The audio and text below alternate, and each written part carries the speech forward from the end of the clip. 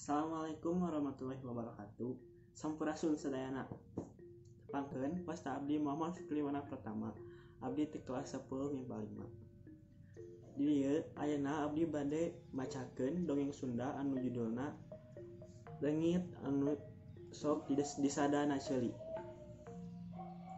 Hayu atuh urang langsung baca we. Di zaman baheula aya hiji karajaan negara leungit anu diratuan ku leungit awewe. Eta nagara teh pohara beungharna kacida.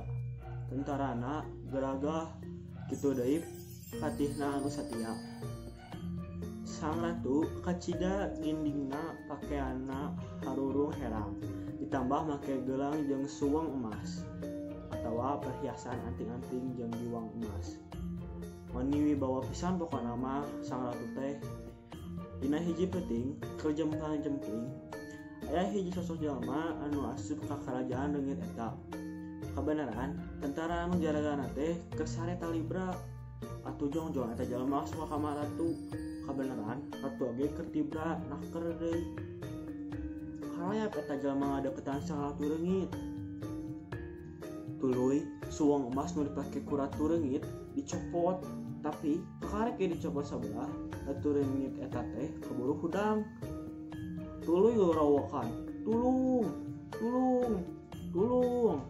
Eta jelma terus langsung kabur keluar bari mamawa suweng sabelah. Tentara anu ngajaragana tuluy ngarudag, tapi eta jelma angger teu kasusul. Da gancang tarik pisan larena teh. Disuh sang ratu marentah ka tentara jeung hayatna sakabeh bangsa leungit kudu nareangan suweng anu dipaling eta tempoan kabeh dina unggal ceuli jelema. Ceuk ratu leungit teh ti harita sakabeh leungit nareangan eta suweng nepi ka kiwari.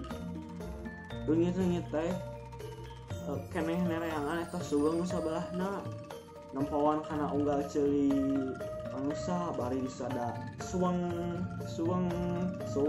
cenah.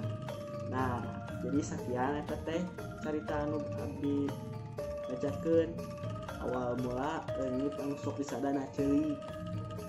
Pesan moral anu aya di cerita eta nyaeta temenang barang batur dicokot nu lain hak milik sorangan. Sekian ti abdi, mohon maaf bilih keneh aya kesalahan dina omongan.